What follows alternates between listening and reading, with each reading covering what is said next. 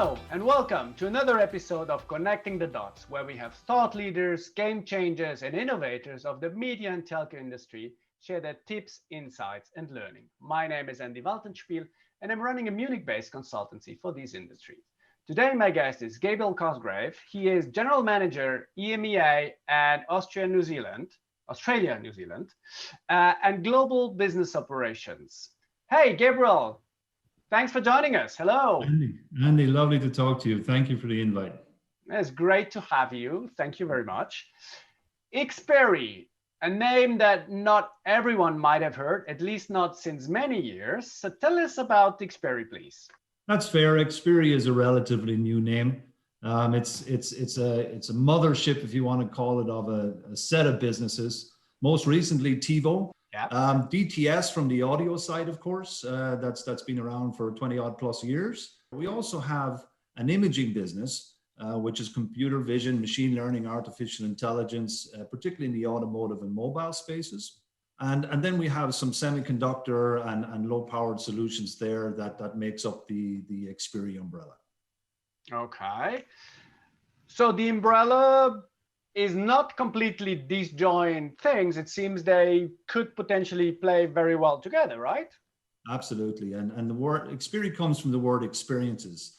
So it's a combination of this within the ecosystem. So if you think about everything of entertainment, how it's consumed, how it's played back, and most recently with TiVo, how it's discovered and searched upon and found so that you can easily get to things. So absolutely, there's a clear ecosystem play here of how you can find, watch, enjoy, playback entertainment and everything that lies under the hood there.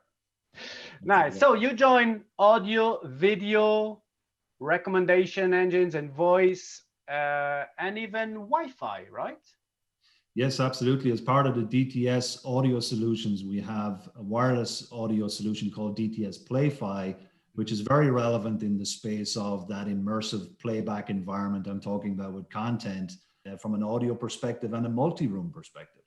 But with that bouquet of tools, experiences, I would say you're a very good fit for several problems video operators face today. The big buzzwords, of course, being the superaggregator. What are the key elements from your perspective you would see there to make it work? You know, I think TiVo has done a lot of reports and has some insight data surveys, etc. 84% of the population that was surveyed want to find the content they're looking for that's across multiple of their sources like apps, Netflix, etc. The streaming services through one method and through one way. And that is a lot of what the find, watch and enjoy, what the find part of the TiVo messaging is. And I think operators play a huge part in that. The aggregation of content under the hood play a huge part in that. You get into the recommendation engines that are part of your profiling across all those content data sources, etc. And then the playback environment as you watch, as I mentioned, between wireless audio or just in general, that immersive audio, really when you combine all these things together, you create almost a simplicity and an expectation for the consumers that they really start to get that, well, I can find things very quickly. It knows what I like to watch. And look, I've got this consistent quality playback of audio and video and viewership that it becomes norm. This actually moves into the home, outside the home and through into the car as the car becomes more and more of a hub for entertainment viewership and listeningship. And the same with mobile phones. The amount of people that watch content on phones, as we've known, has been growing for the last number of years significantly. So that's where we can play a huge part, and look forward to partnering with many, many customers on that. Okay, so DTS, wireless, PlayFi, does it mean I need to buy a whole lot of new equipment to get that experience? Do I need to convince my wife to cancel the vacation? Well, it's anyway, no vacation. Can I take that budget and buy new stuff? Do I have to or not? You don't have to. You can, of course, but if you'll be surprised the amount of product that already has PlayFi integrated in speakers, and there's a lot of brands that you can see on our website. I think what's becoming new, more relatively new, is having PlayFi within the TVs and the set-top boxes directly as they control the audio into multi-room playback of multiple devices. It's got all the works with Alexa and Google Cast, etc., all built into those environments and supported.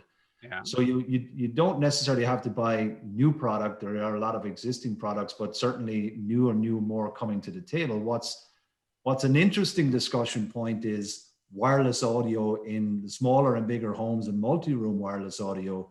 You have the discussion with your wife that there's less cables, there's less connectivity, there's less drilling holes, there's all that fun stuff, but there's a very much a convenience factor being able to have that multi-room playback of different types of content using the likes of DTS PlayFi. Same goes for one thing I saw a press release of you. It's about IMAX Enhanced. I remember huge cinemas sitting in first row and being blown away. How do I replicate that in my living room, or at least get close to that? Great question. And that's exactly what IMAX Enhanced was designed and partnered with IMAX directly in DTS to do. So we announced last year with Sony TV. There's a number of other TVs that we announced at CES and other things. A good point to say it's not a closed style ecosystem. It's a building block system, going back to your, do I have to have a conversation with my wife to kit out my whole house again with IMAX? It means you don't have to have everything IMAX Enhanced to get an IMAX Enhanced experience. You know, if you have the TV, of course you get the best viewing experience. If you have the IMAX Enhanced AVR and speaker programs, of course you get that extra level. But if you don't have all of those things, you still get a stepping stone of experience levels because the content is uniquely mastered, and therefore it's a higher premium quality level of content, no matter what you're watching it or listening to it on. Okay, so if I look at the operators, assuming at one point all will have more or less mastered the super aggregation, they will all be the same, right? So they need to find ways to differentiate. What are the key things in differentiating? Is it everything, or let's pick one? I think the single most important thing is the simplicity of getting to the content and playback. And I think that's where, and I've heard some of your previous guests talking about voice.